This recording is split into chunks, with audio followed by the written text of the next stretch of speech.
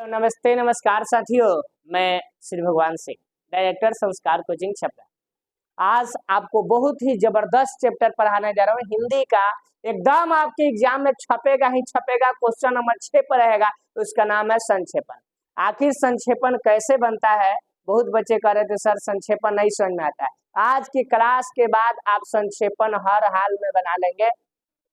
5 minute का video में आपका 4 नंबर कन्फर्म। देखिए, सबसे पहले आपको इस तरीके का दिया रहेगा संक्षेपण, है ना।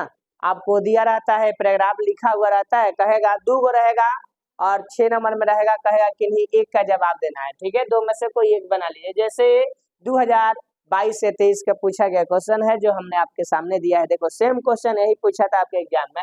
जैसे लिखा है कि अंग्रेजी पढ़ना खराब नहीं है, पर अंग्रेजी पढ़कर अंग्रेज हो जाना खराब है। देखो, सबसे पहले करते क्या है, जो भी आपका पैराग्राफ दिया रहेगा इसको आप पढ़ लीजिएगा, देख लीजिएगा कितना शब्द का है।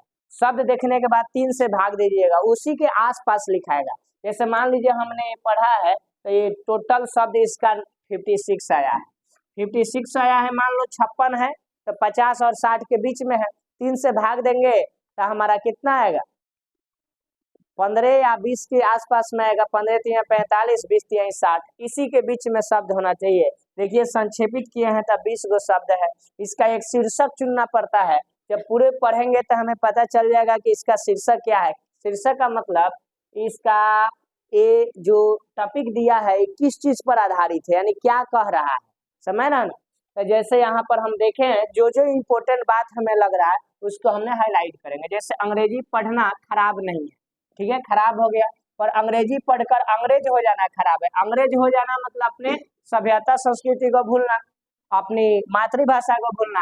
और मैं इसलिए यह कह रहा हूँ कि आज के अधिकतर अंग्रेजी पढ़े लिखे लोग देखिएगा देश के प्रत्येक व्यक्ति को हीन दृष्टि से देखते हैं। जो जो इम्पोर्टेंट लग रहा है उसको हम क्या कर रहे हैं, हाईलाइट कर ले रहे हैं, है ना। और हीन दृष्टि से देखते हैं, उसकी आलोचना करते हैं, यानी बुराई करते हैं, और अपनाने में अपनी मानहानि समझते हैं। कहते हैं कि नहीं, जो अंग्रेजी पढ़ा लिखा लोग है वो हिंदी वाले को मानहानि कहते हैं, बेकार है, ये है वो है, ठीक है।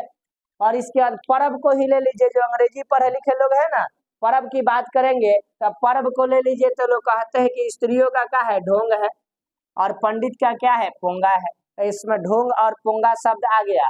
और पर्व बेकार है, और ये बेफिजूल के क्या है, खर्ची के साधन है ना। तो जो जो इसमें वर्ड हमको मेन लगा उसको हाईलाइट कर लिए। इसके बाद उसी वर्ड को हमने यहाँ पर नीचे लिखा है। देखिए, इसका शीर्षक हम पूरे पढ़े तो यही है कि अंग्रेजी जो है, अंग्रेजी शिक्षा क्या है, उसका गलत प्रभाव पड़ा हमारे समाज पर। तो यानी शीर्षक हो जाएगा अंग्रेजी शिक्षा का कुप्रभाव, यानी अंग्रेजी शिक्षा का गलत प्रभाव। ठीक है, तो देखिए जो जो हाईलाइट शब्द किए, जो जो हाईलाइट वर्ड किए हैं उसको हम इसमें मेंशन करेंगे।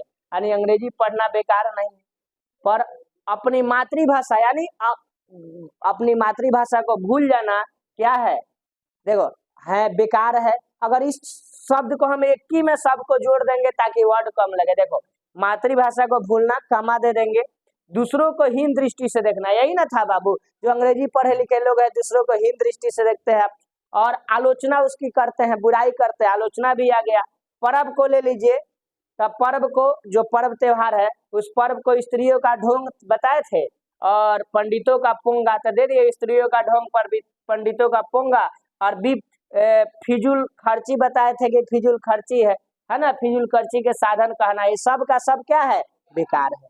बात समझ। ये आपका जो शब्द हम इतना दूर लिखे हैं संक्षेपित करके, जितना ऊपर बात लिखा है वो सभी बात इसमें क्या हो गया, मेंशन हो गया। तो इसी को संक्षेपण कहते हैं। इस तरीका का आप कोई भी किताब से प्रैक्टिस कीजिएगा, लगभग बनाइएगा, है ना। इसी थीम पर आपको समझ में आ जाएगा।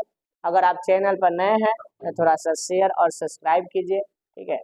अगर इस वीडियो को उन तक शेयर कीजिए जिनको इसकी जरूरत है। चलिए, तो